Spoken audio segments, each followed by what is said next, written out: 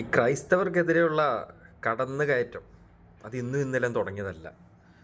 പിന്നെ നിങ്ങളുടെ ഈ ക്രിസ്മസ് ആഘോഷം അത് ഓൾറെഡി നിങ്ങൾ എല്ലാ സംസ്ഥാനങ്ങളിലും ആഹ്വാനം ചെയ്തു കഴിഞ്ഞു. യു പിയിലെ സ്കൂളുകളിൽ അവധി കൊടുക്കില്ല. ഇപ്പോൾ കേരളത്തിൽ തന്നെ നമ്മുടെ തിരുവനന്തപുരത്ത് പോസ്റ്റ് ഓഫീസിൽ ഗണഗീതം പാടണമെന്ന് പറഞ്ഞു. അത് പറ്റില്ല എന്ന് പറഞ്ഞതിനെതിരെ ക്രിസ്മസ് ആഘോഷം തന്നെ നിങ്ങൾ പാടില്ല എന്ന് പറഞ്ഞു. പിന്നെ എന്തിനാണ് ഈ കേരളത്തിൽ കിടന്നുകൊണ്ട് ഇങ്ങനെ മെഴുകുന്നത്? CPM-ൻ്റെ പ്രവർത്തകർ കള്ളു കുടിച്ചിട്ട് തെരുവിൽ ഡ്രം സെറ്റും കൊണ്ട് ആടി.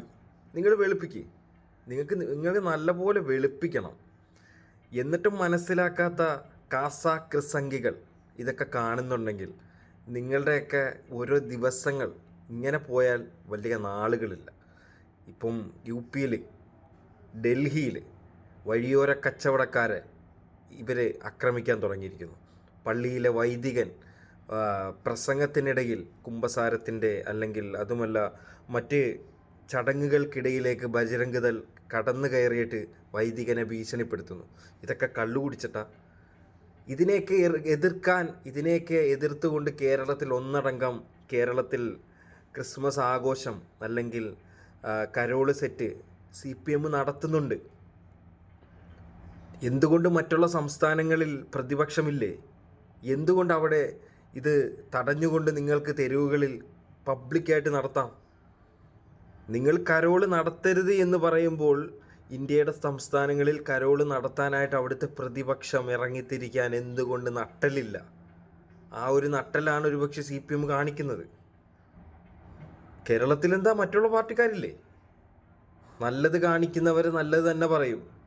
അതിനെ എതിർക്കാൻ വരുന്നതിന് SDPI ആണെങ്കിൽ SDPI കാണിച്ചത് നല്ലതാണ്. നിങ്ങൾ കോൺഗ്രസ്സുകാരാണെങ്കിൽ അത് നല്ലവർ തന്നെ. എതിർത്ത് കാണിക്കാൻ കഴിവുള്ളവരെ അംഗീകരിക്കണം.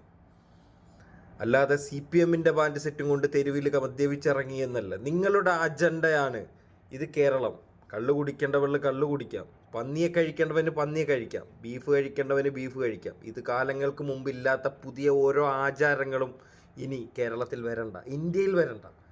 ഇന്ത്യ എന്ന് പറയുന്നത് ഒരു മതേതരത്വ രാജ്യമാണ്. ഏതൊരു മതസ്ഥനും എന്ത് കഴിക്കാനും ഏത് രീതിയിലുള്ള ആരാധനകൾ നടത്താനുമുള്ള അവകാശം അവർക്കുണ്ട്. ഇന്നലെ വന്ന അല്ലെങ്കിൽ ഇന്നലത്തെ മഴയിൽ കുരുത്ത കുറേ ആൾക്കാർ വന്നിട്ട് നടത്തരുതെന്ന് പറഞ്ഞാൽ നടക്കുന്ന കാര്യമല്ല.